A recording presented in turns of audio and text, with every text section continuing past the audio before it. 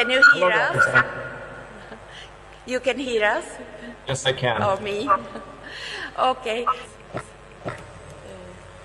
Thank you, Alexandra, and it's a real honor to be speaking to all of you. I only regret that it's not in person, although, as you mentioned, I will be present in October.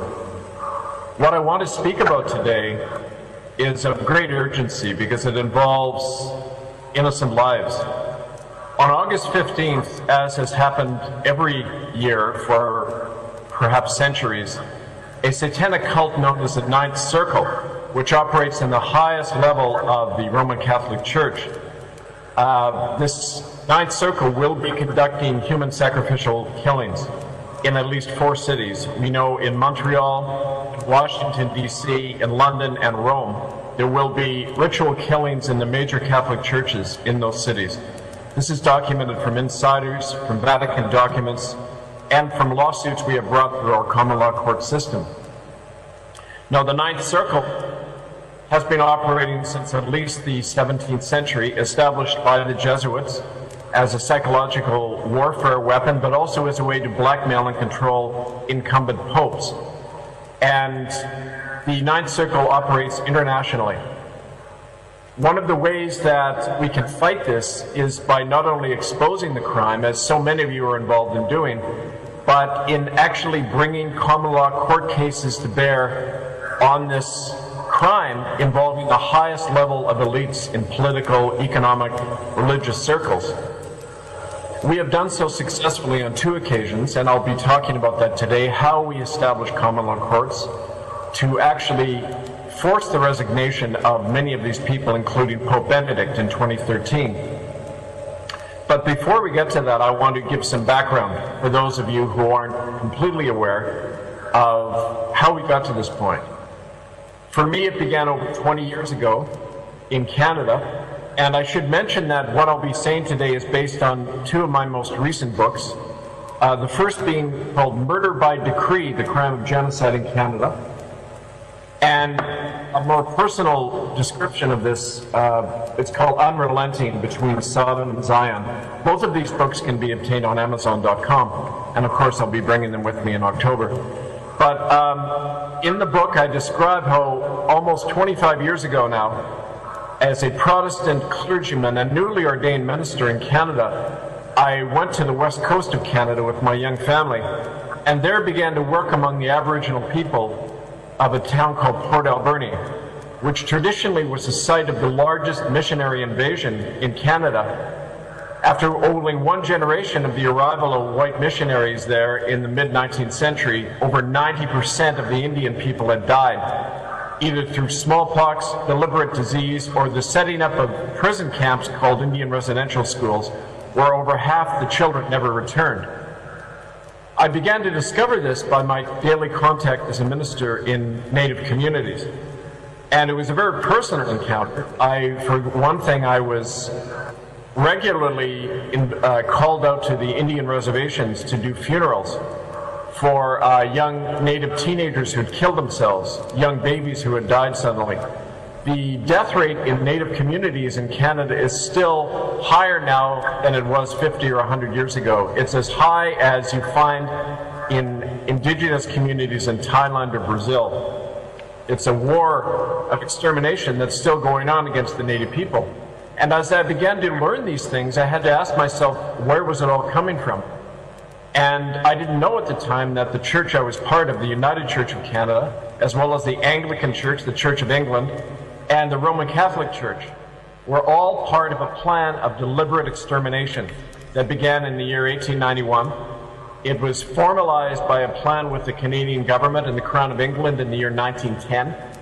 And its plan was to exterminate at least half the Native children in these so-called schools in order to grab the lands and resources of the natives, but also to destroy the culture, to commit genocide.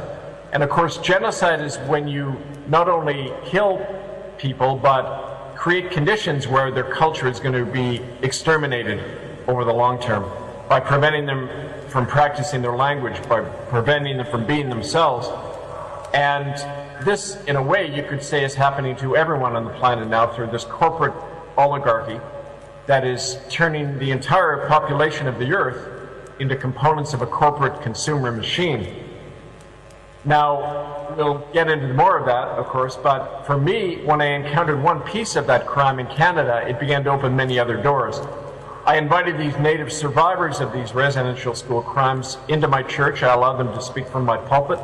This would be between the years 1992 and 1995. During that time, because my church was growing all the time, because of the new people I was bringing in, I didn't face opposition from the local white church people, but eventually I wrote a letter to the church that sealed my fate. That letter described how our early missionaries had grabbed much of the land of the native people, and then later the church sold that land off to many different corporations for a lot of money. And when I discovered that had been going on, I wrote a letter to the national church about that, and within 2 weeks I was summarily fired, without cause, without notice, eventually forced out of the United Church and defrocked, I think is the word. But more than that, because they knew that I was sitting on top of all of this evidence, they did everything possible to destroy my life. They went to my wife and encouraged her to divorce me, and even actually paid for her divorce. They made sure my children were taken from me. They were only 6 and 3 years old at the time, my 2 daughters. They started a complete blacklisting campaign that is still in effect, and a public character assassination. The kinds of things that happen to any whistleblowers who take on these powers. And so within a year I was impoverished, without work. Everyone was afraid to speak to me. And yet, because of that, I gained more credibility in the Native community, and more survivors began to come to me.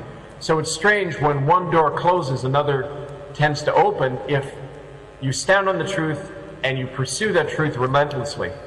And that's one of the reasons I call my new book Unrelenting, because that's what happened. I stayed at this, I didn't give up, and the powers that be continued to try to destroy not only me, but the Native people who began to work with me. Because over the next 10 to 15 years, in Canada, we built a movement that actually forced the government eventually to admit some of these crimes and issue a pseudo-apology in the year 2008 for the residential school crimes. We also forced an international movement to come into being, which forced Pope Benedict to resign in February 2013 after we adjudicated a common law court case to bring him down. Now, I want to say, and it's very important to understand, that none of this happens simply by uncovering evidence and publishing it. Now, of course, I don't mean the word simply to minimize that. It's a huge task to bring out crimes of the powerful, because everything in society is arrayed against you. The media, the academic world, your friends, anyone who's even considers themselves an activist is influenced not to have anything to do with you. And don't forget, our adversary is very powerful in a worldly sense, although I learned very quickly that we are engaged not simply in a worldly battle, but a spiritual battle. And the tools of the Spirit, of course, is not only love and truth, but courage, and recognizing that the powers of creation, some call it the natural law, the law of God, stand with those who are for justice and the truth, and that nothing that the world throws at us can destroy us once we stand on that truth consistently. And most importantly, the truth carried by the victims, by the eyewitnesses, who we must always hold up and protect. And that became much of the work I did. In Canada, as I mentioned, after I was fired and we began to build a movement, based at first in Vancouver on Canada's west coast, where so many of the survivors are based, the Aboriginal people. Fortunately, I had been working for many years prior to my being fired as a street minister in Vancouver, and I knew many of these Native people who were eyewitnesses to these residential school crimes, who had lived through these killings and the tortures. They had buried fellow students at the schools. They knew where these mass graves were. We began to document these crimes. We began to protest outside the Anglican, the Catholic, and the United churches on Sunday mornings. Eventually, we even began to occupy these churches peacefully during their Sunday services and began to generate a lot of news coverage because of that. And we learned that there's only 2 things that really can bring down the powerful, because like any corporation, the churches or the government or the Crown of England or the Pope respond only to 2 kinds of pressure: threats to their money and threats to their public image or reputation. And we began to threaten both, not only by occupying those churches, but by launching court cases, common law court cases against them, and letting the evidence be known all over the world. And very quickly, the churches began to respond. In Canada, by the year 1996, I was involved in bringing the first lawsuits against these churches. It resulted in something called the Brenner decision in the British Columbia Supreme Court that found that the churches and governments of Canada were guilty of all of these crimes against children. We're not just talking physical and sexual assault, but murder, medical experimentation, sterilization programs, all of the things described as genocide by International Human Rights Convention. All of those things occurred in these so-called schools, which continued in Canada until the year 1996. And still today, the effects are continuing. Native children are still being taken from their homes, trafficked. Native people are still being forced off their land at gunpoint by private companies, private armies hired by corporations to get their land. We know these private armies operate especially in British Columbia. Chinese cartels hire private death squads to force Native people off their land to get the uranium, the oil, the water, and the hydroelectricity. All of that is still going on, and it can happen in Canada because of not only these crimes that have occurred in the past, but because of a regime in Canada under something called the Indian Act, which is an apartheid legislation. It says that Indian people on reservation are not citizens. They're wards of the state, wards of the crown, which means they're children under the law. They have no legal rights. And so this system of legal discrimination and racism is still continuing in Canada in violation of international law, and it's what allows a lot of these Aboriginal killings and disappearances to still continue today. And in fact, if you look online at murderbydecree.com, you'll see that in our recent research that we put out to counter the government propaganda and cover-up that's going on, murderbydecree.com shows that these continuing crimes against Native people is directly being orchestrated by multinational corporations and the Crown of England. I'll talk more about that in a little bit. But as we began to bring out these crimes and the government had to respond in the year 2008, lots more began to come out. And after the government was forced to issue a formal apology in Parliament in Canada in 2008, there was an attempt in Canada to simply cover it all up, to say that, oh, we've resolved this now, we've given money and apology to some of the survivors, and now the issue is over. And a lot of Canadians lost interest. But at the same time, as I mentioned, a new door began to open, and that came from Europe. And summer of 2010, I was invited by groups of survivors of Catholic Church crimes in Ireland to come and assist them. And of course, I had had a long tradition there. My family came from Ireland. My great-grandfather was forced onto a ship at gunpoint by the British in 1880. His entire family was forced off their land, and all of them died of starvation on the ship to Canada. My great-grandfather was an orphan when he landed on the docks in Montreal. So I said to the Irish people in Dublin who I was speaking to, my ancestors, my O'Neill ancestors, were victims of the same genocide that happened to the Native people in Canada, and so we have a commonality of suffering that brought me here today to speak in Dublin. Now in Ireland, as you know, or may not know, the Irish people suffered much of the same genocide as the Native people. It was the same Crown of England and Vatican responsible for these crimes, using the same methods. And I was invited by those who had survived not just the sexual assaults of priests, but actual extermination and child trafficking that's still going on today.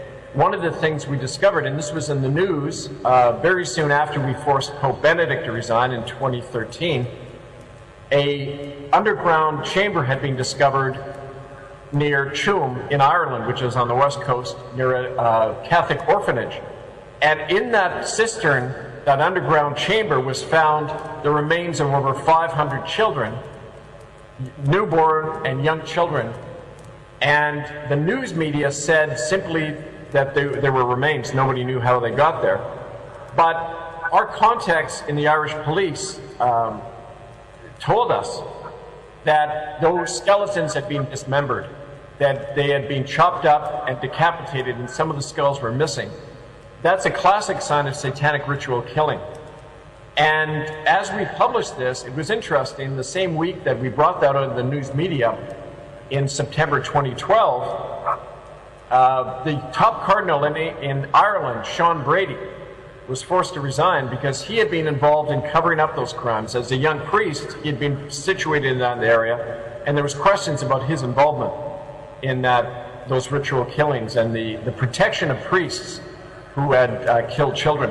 When we published that, Cardinal Brady resigned the same week.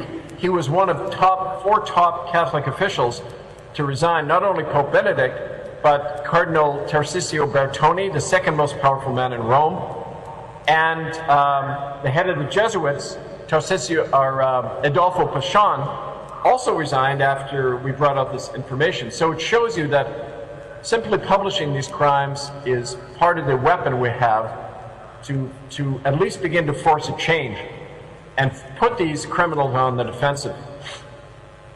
Now, when we brought out those crimes in Ireland, a whole movement began to build, and it actually helped to establish the network that I presently work with, the International Tribunal into Crimes of Church and State, the ITCCS. You can see its work at itccs.org. Now, this tribunal began as a way to put Pope Benedict on trial, but it has grown into much more since then.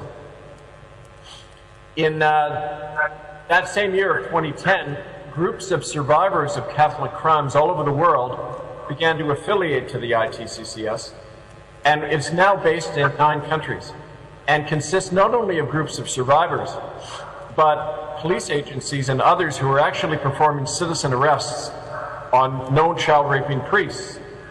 We have published information showing that the Catholic Church operates according to a standing policy known as Crimen Solicitanus. A document that was actually released to the London Observer newspaper in 2003 shows that this policy of Crimen Solicitanus was established in the year 1929, the same year that the Vatican was established by Mussolini and the Vatican Bank as a so-called state power in Italy, a corporation which is still in existence. The Crimen Solicitanus document says that whenever children are raped or harmed by Catholic priests, the crime is to be silenced and covered up. The police are not to be told, the victim is to be silenced, and the priest is to be protected and perhaps moved to another area. In other words, whenever a priest or a bishop even is put on trial, the courts and the media make it seem like they're acting alone. But in fact, they're acting under a papal order that comes from the Pope in Rome himself. That is a criminal conspiracy. It's in fact the largest criminal conspiracy in the world. It's a criminal conspiracy to protect child rape and child traffickers within the Catholic Church. It is an enormous crime against humanity that implicates not 3 or 4% of the priests, as Pope Francis claims, but 100% of the priests, including Pope Francis himself. Now, Pope Francis was brought in after Pope Benedict in order to do a window dressing, a spin operation, to make it seem like the Catholic Church has changed. That's what any corporation in damage control does.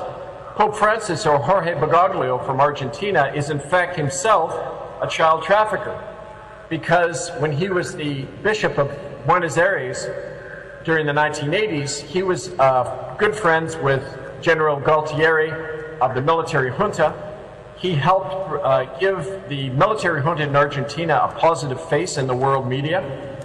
At the very same time that 30,000 people, including his own priests, were disappearing and being killed, Pope Francis, Jorge Bergoglio, protected the junta and openly trafficked the children of political prisoners who were being held in Argentine prisons.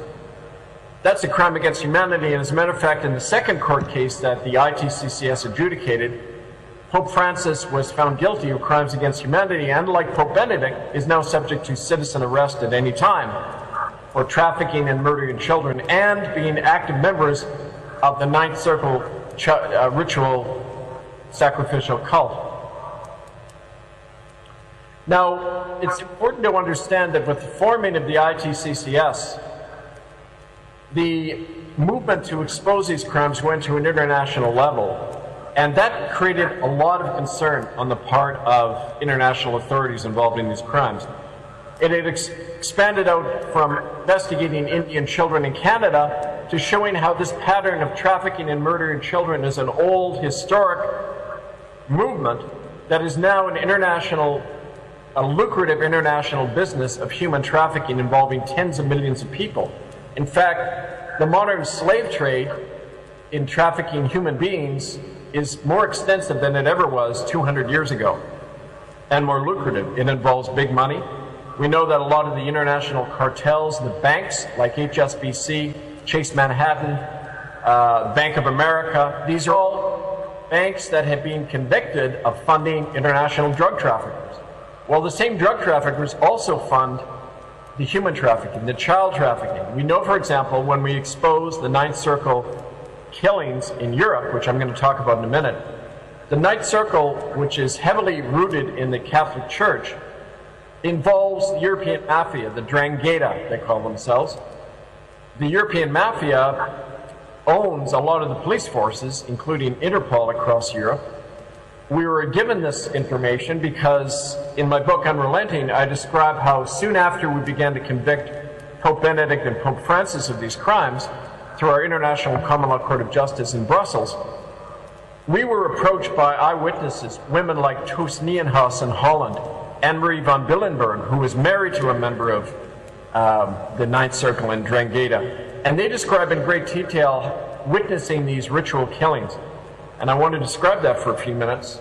It's very horrible what they described, how they witnessed in the 1980s and the 1990s how the Ninth Circle had abducted children from child detention centers in Brussels with the help of the police, all across Holland, the Netherlands, and Belgium, with the help of the Dutch royal family, Queen Beatrix, her two sons, including the fellow who's now the present King of Holland, were all involved in these ritual killings. And Toos and Anne-Marie both described watching, both in private homes and also in fields outside Brussels, how human hunting parties occurred, where young teenagers and even children were forced to run naked through the woods and then hunted by royalty from England, from Belgium and Holland, wealthy billionaires like George Soros, political figures including the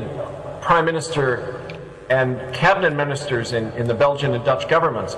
All of these people named by insiders engaged in these ritual killings and huntings of children who were then shot, and then in the case of the boys, their penises cut off and displayed as trophies. The hunting parties were a component of the Ninth Circle because the main Ninth Circle rituals occur on certain days of the year, including on August 15th, which is upcoming, and other dates which we have published. The Ninth Circle will take newborn and young children, rape the children, and then cut their throats, drink the blood, and then even cannibalize the children, eat the flesh. Toos Nienhuis and Anne-Marie van Billenberg were participants in these ritual killings. Toos was raised in an intergenerational satanic family and has documented this. We have eyewitnesses, police who have corroborated this, eyewitnesses and researchers on the ground who have been taking part in this, who confirm all of that Toos and Anne-Marie have described. Now you can see a lot of their testimonies in this evidence at itccs.org. And in the court records of the International Common Law Court case, the second case that we adjudicated where a lot of this was documented.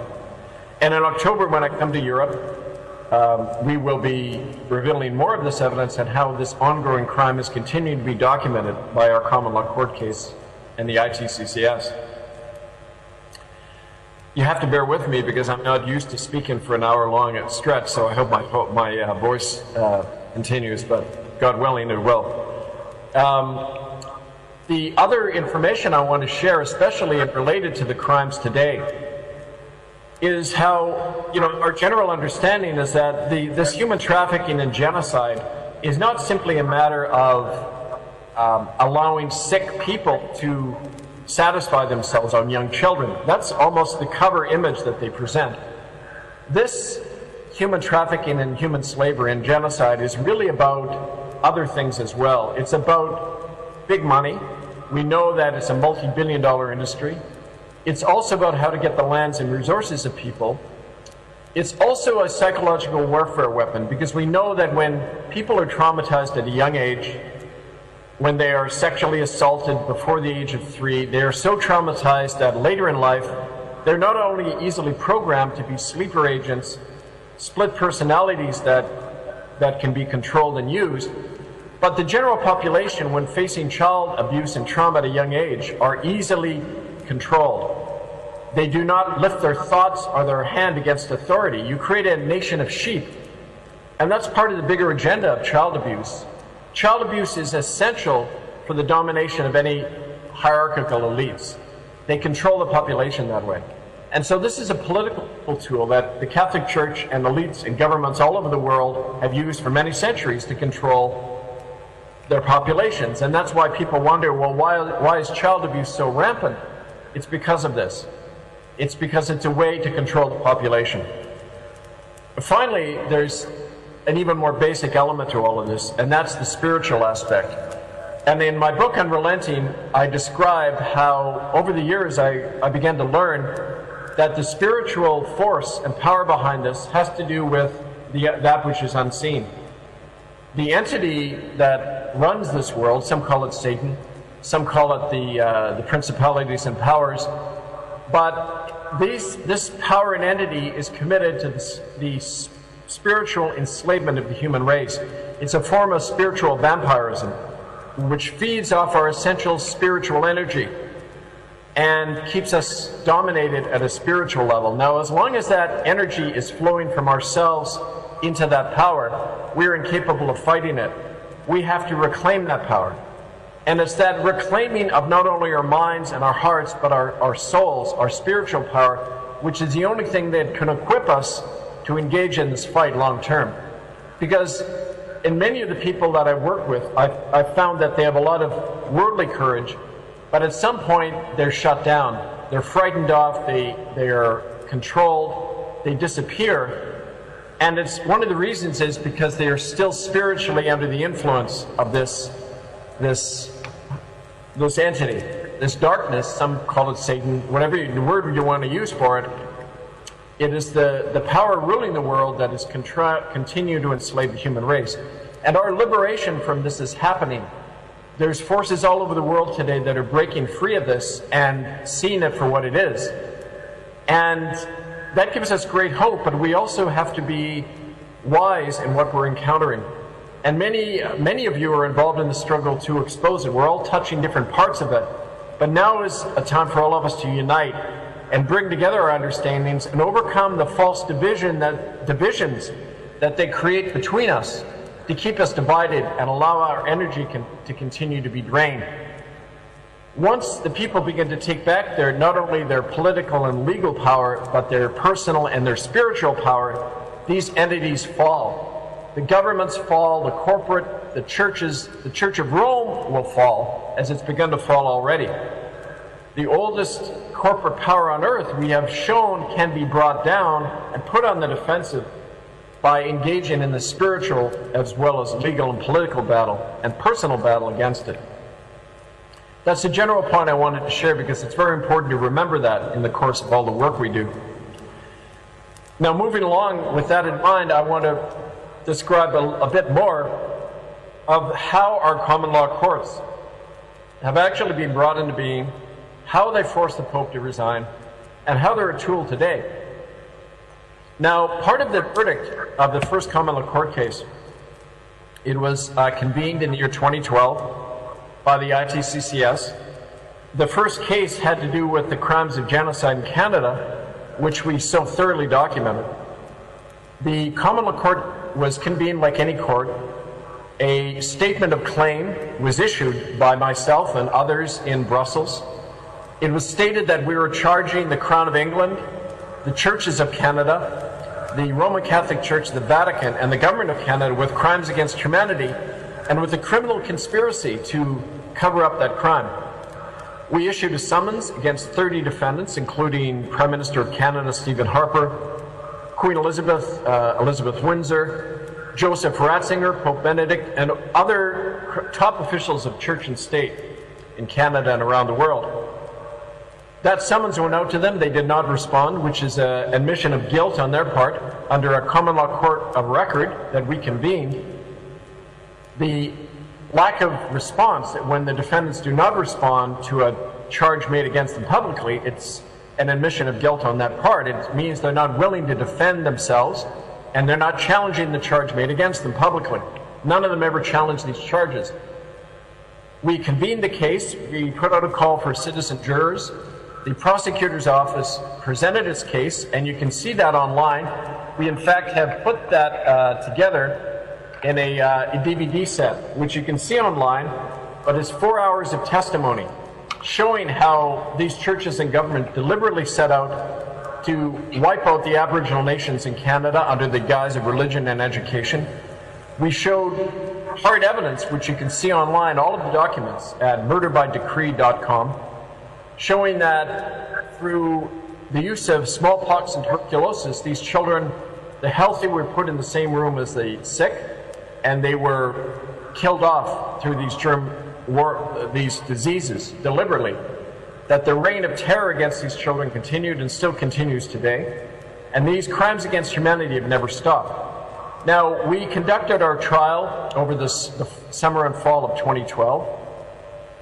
The jury finally found all of the defendants guilty on 2 counts of crimes against humanity and committing a conspiracy, criminal conspiracy, to cover up those crimes.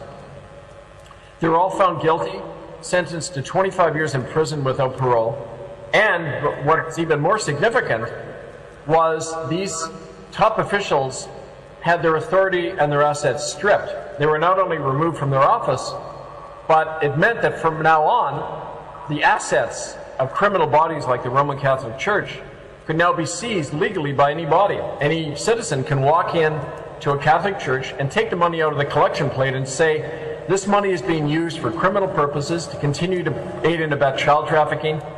Under the United Nations Convention on Transnational Criminal Bodies, it says that the funds of this organization are forfeited.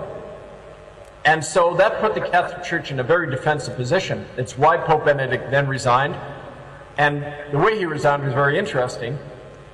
In February 2013, our verdict came down. 2 weeks before the verdict was announced, Pope Benedict resigned. The first pope ever to do that in peacetime. We know from a memorandum from the Spanish government that 5 days before Pope Benedict resigned on February 11th, the Spanish government had sent a diplomatic note to the Secretary of State, Tarcisio Bertone, who also resigned from office after this. And the diplomatic note said, based on the evidence of the common law court trial that the ITCCS has finally concluded, that evidence shows that Pope Benedict is guilty of ordering bishops to cover up child trafficking, that he's personally implicated in this crime against humanity, and if he comes on Spanish territory, he may be served with an arrest warrant. 5 days later, Pope Benedict resigns, and he's still hiding in the Vatican. He still will not come out. And people often say, well, why don't you arrest the Pope? The reality is we already have. He's arrested himself. He has not ever emerged from the Vatican, which is not only an enormous admission of guilt, it's proof that we can stop one of the most powerful figures on the planet simply using the common law. Now, we have tried to enforce the arrest warrants after that on these people. They have worked to some degree, not only through the resignation, but by continuing information being shared by insiders in these corporations who have come forward in the wake of our common law case. And a second court case was convened the next year against Pope Francis, the Archbishop of Canterbury, Justin Welby, and Adolfo Pichon, the Archbishop, the head of the Jesuits, who resigned in the course of that second court case. And it showed that all of these individuals, including Pope Francis, were active members of the Ninth Circle cult, which traffics and kills children on a ritual basis, that every pope is expected to be involved, at least a participant, if not a witness, to the Ninth Circle, and that has been a practice that's gone on since at least the late 18th century. And these individuals were also found guilty, and under the common law court case that finally concluded in the year 2014. Now, these findings of the common law court are not only powerful as statements to force the resignation of these authorities, but the powerful aspect of this is that any court or government in the world can enforce our verdict. Now, if you think about that for a minute, it means that any court in the world can take our findings and issue arrest warrants against Pope Francis, against the members of Drangheta, the Ninth Circle, the governments, the Queen of England. All of these people are now subject to arrest. Now, even if the people of the world don't believe this, these people in authority do believe it, and they know it's true, because under common law, no one is above the law. People often say in England, in Canada and England, well, you can't arrest the Queen. That's true under her law. But any individual under common law is subject to arrest for either civil or criminal acts. That means if the Queen hurts somebody, she can be arrested. If she commits crimes, which she has done, and I'm going to mention that in a minute, what Queen Elizabeth has done that warranted her prosecution, anyone who commits those crimes can be convicted under the common law. The common law being the law of nature, the law of God. It's an English term, so it's something Europeans may not be as familiar with. But the common law simply arises naturally. It's the same law which allows you to not participate in unjust laws in your government. There's nothing requiring you to pay taxes or obey laws of government which go against the natural law of justice, the law that says we shall harm no one. We shall live in peace and equality with one another. That is higher than statute law that governments bring in, which they make you think is the highest law. But no, statute law, as the United States Supreme Court has said, no statute issued by a government is lawful if it does not have the consent of the citizens. And that statement by Oliver Wendell Holmes, the American Supreme Court Justice in 1922, said that no citizen anywhere in the world shall obey the laws of their government if they do not consent to those laws. The government may arrest you, but that is an act of a tyrant. And that is a very powerful weapon we have, because we've used it time and again. And the proof, as we say in Canada, the proof is in the pudding. It's in the proof of the resignation of these people and the fact that the authorities of the world are now very nervous about how we set up and operate these common law courts, because they know they can be arrested. If enough citizens unite and form our own common law courts, elect our own common law sheriffs to issue these warrants and make the arrests against these people, the truth and the numbers are on our side. It's a matter of enforcing that, and I'm going to talk about that a little bit after I deal with Queen Elizabeth. Elizabeth Windsor, on October 10th, 1964, visited the Kamloops Catholic Indian School in British Columbia. According to two eyewitnesses, William Coombs and Jesse Jules, Queen Elizabeth and Prince Philip took 10 children from that school on a picnic down to a place called Dead Man's Creek. The children were drugged and taken away, and they were never seen again. These were 7 boys and 3 girls. 10 children. October 10th, 1964, if you add up the numbers, it all equals 10. 10 children. This cultic significance of the number 10 is very important because it was a ritual satanic killing. We brought in a police-accredited psychic investigator who definitely and confirmed that 10 children were buried in a cultic configuration near the grounds of that Kamloops Catholic school. And a summons was issued against Elizabeth Windsor on that basis for her to answer questions if she had knowledge of the disappearance and fate of those children. She never answered. Her lawyer and office never answered that charge. And we did confirm that Queen Elizabeth was in Canada during October 1964 on a state visit. We also confirmed that William Coombs, the one surviving eyewitness to the disappearance of those children, was forced to a Catholic hospital the very week he was to come to London, England, to give testimony about what he witnessed in February 2011. We had a forum set up in England where he was to give that testimony. At the week before he was to get on the plane, he was ordered to report to the St. Paul's Catholic Hospital in downtown Vancouver by the police, who bodily took him, arrested him without a warrant or charge, took him to the Catholic Hospital. He was put under examination, and according to his partner May, he was given a series of injections which put him into a coma. Less than 12 hours later, he was then pulled off life support system without permission or knowledge of his family, and he died. He was murdered in that hospital by lethal injection because he was the one sole surviving witness to that action by Queen Elizabeth. Now, that same period of time in early 2011, I was expelled from England in May 2011, arrested and deported from the country without any kind of charge being laid. And I was invited at the same time to come to Mohawk territory in Canada to the site of the oldest Indian residential school, the Mohawk School, run by the Church of England and the Crown of England as far back as 1832, where eyewitnesses had seen satanic killings. We conducted the first archaeological excavation of a mass grave site in history at an Indian residential school in Canada there. We uncovered bits of bones and clothing off school uniforms. The Smithsonian Institute in Washington confirmed that 3 of those bones had come off the body of a young girl, perhaps 5 years old. Dr. Donald Ortner, who confirmed that those bones had come off a human being, died of a heart attack 2 months later, even though he was 69 years old and in perfect health. All of the witnesses to those crimes disappeared or went silent, and our excavation was shut down by government-sponsored Indian chiefs and the Anglican Church. As a matter of fact, an order came from the Archbishop of Canterbury that all of the evidence implicating the royal family in those deaths were to be destroyed. Bishop Bob Bennett and Fred Hiltz, the Archbishop of Canada, were all ordered their employees on pain of firing and worse to be quiet about this, and an enormous smear campaign was started in the media against myself and the ITCCS to shut down that investigation.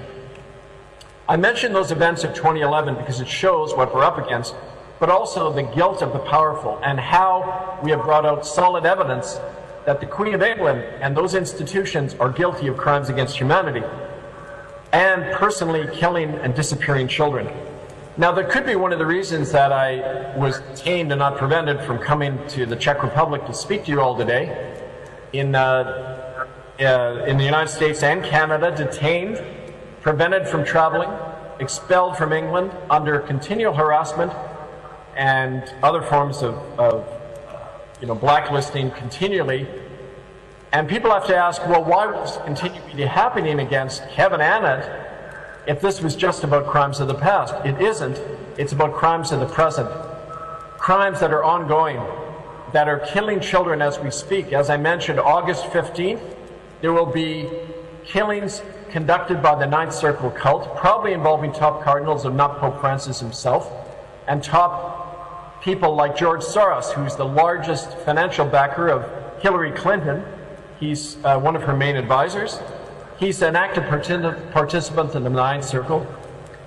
And this will be going on in midnight on August 15th in Marie de la Monde Cathedral in Montreal, in the largest Catholic cathedral in Washington, D.C., in the San Lorenzo Jesuit Church in downtown Rome, just 2 blocks from the Vatican, and in the largest Catholic cathedrals in London, England.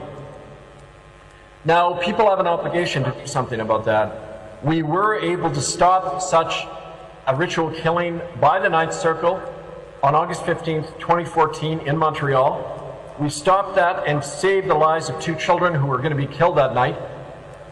Some of the honest elements within Interpol conducted arrests across Europe during 2015, arrested over 1,000 people involved in the child trafficking of children for the Ninth Circle. 30 children were let out of cages. These children were being held in cages in basements in Brussels and around Belgium and the Netherlands. These children were brought from Portugal and Romania and also North Africa. They're also trafficked right within the child welfare system within these governments, and that's how a lot of it happens today, right within the government system. Children are trafficked. These children were let go. We saved the lives of these children because we didn't simply publish the evidence. We went to the police and we said, if you're not going to arrest these people, we are. We are going to form common law sheriff bands to go in and stop these people and arrest them. And if necessary, keep them confined in jails in order to stop these children from being killed. We found that once we threaten the police in this way, they act. They have acted in Canada, they've acted elsewhere in Europe because they know they don't want the citizens taking the law into their own hands, which is what we must do to save the lives of the innocent. So one thing I would urge the listeners and anyone listening today to do is conduct vigils outside those churches all throughout the day and night of August 15th. That's only in just a few weeks. We want you to publish this evidence and broadcast this YouTube link everywhere. We want you to form your own citizen-based common law sheriff groups to conduct the citizen arrests against any known child-raping priest in your community, any known Catholic priest who's involved in the harming of children. And we know that any Catholic priest is part of the criminal conspiracy, so they're all guilty.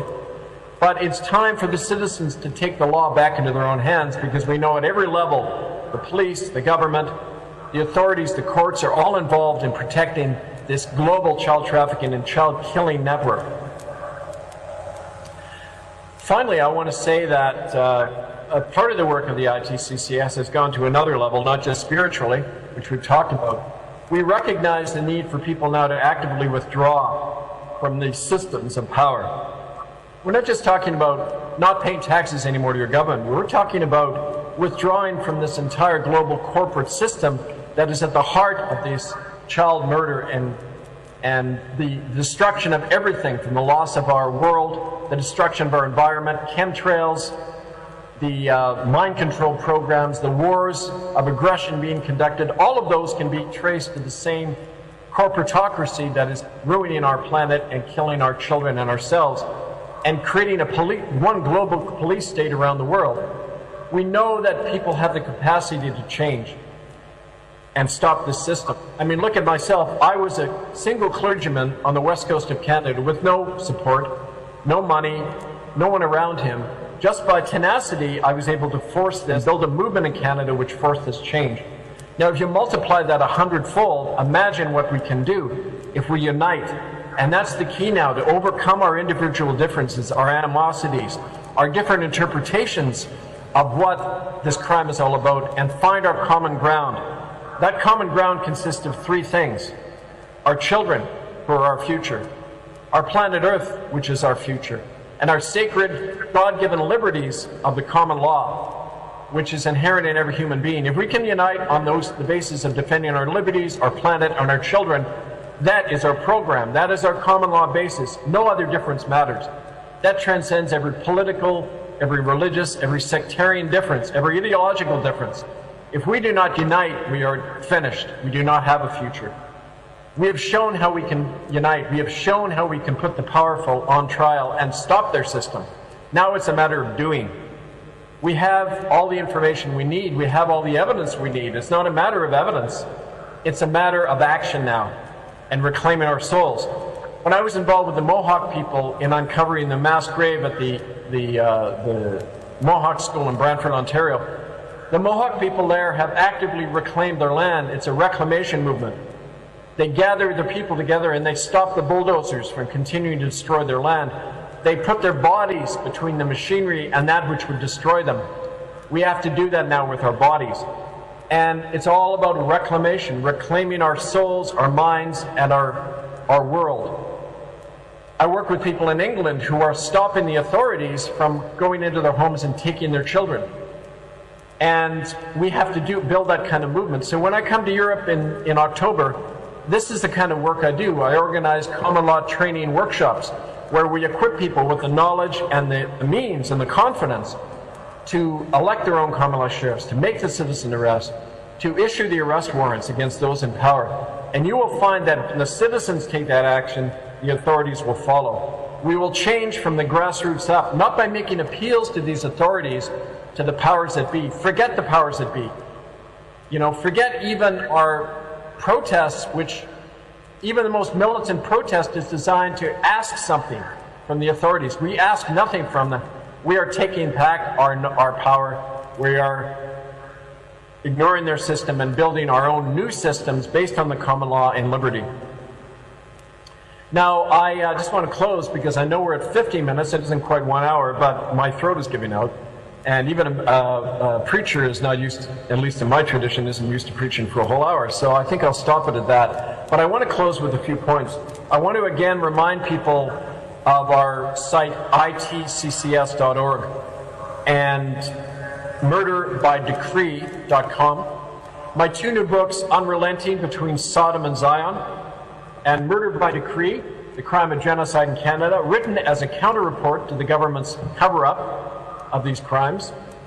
And I want to urge people to read that. That's really the best way to get a knowledge of our movement and what's happened and all of this evidence is by reading those two books.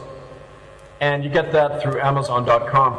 Now, prior to me coming to Europe, I also want to remind people that we need to do preparatory work. We need to be reaching out to the survivors and those on the ground on any issue. And I don't want to restrict this to genocide, to child trafficking, to satanic killing.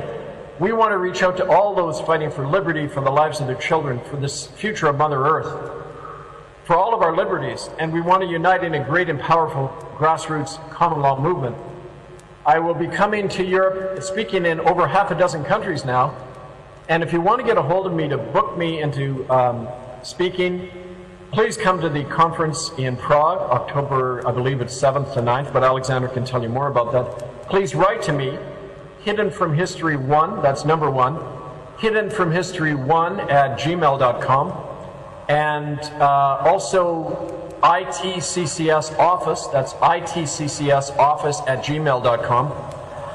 Also, the emails are continually tampered with on the movement, so I want to leave a telephone number you can reach me at in America.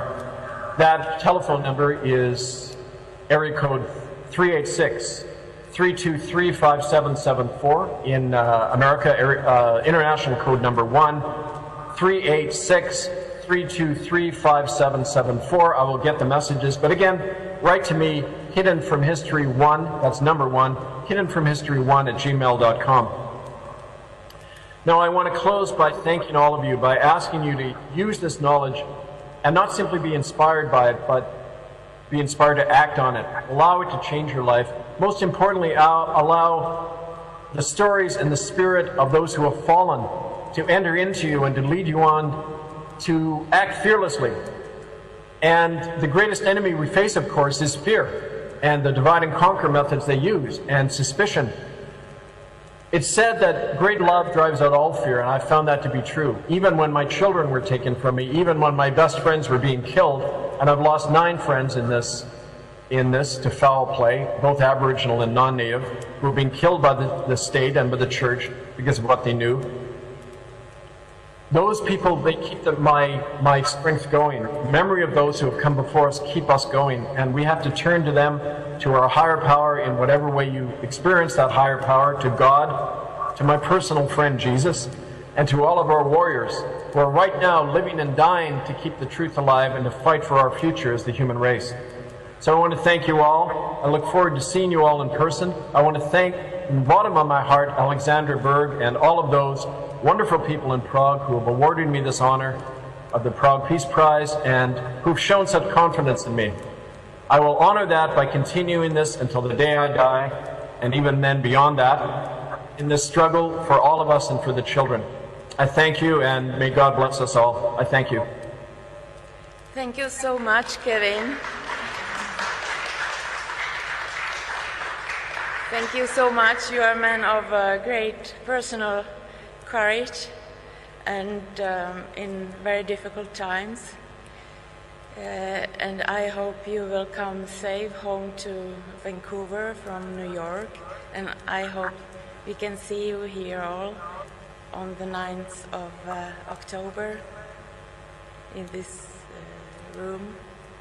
Thank you so much. Thank you, and I wish I could go home right away, but I can't, unfortunately. I'll be coming to Europe before I come to Canada. But I thank you. I will see you all very soon. Thank you.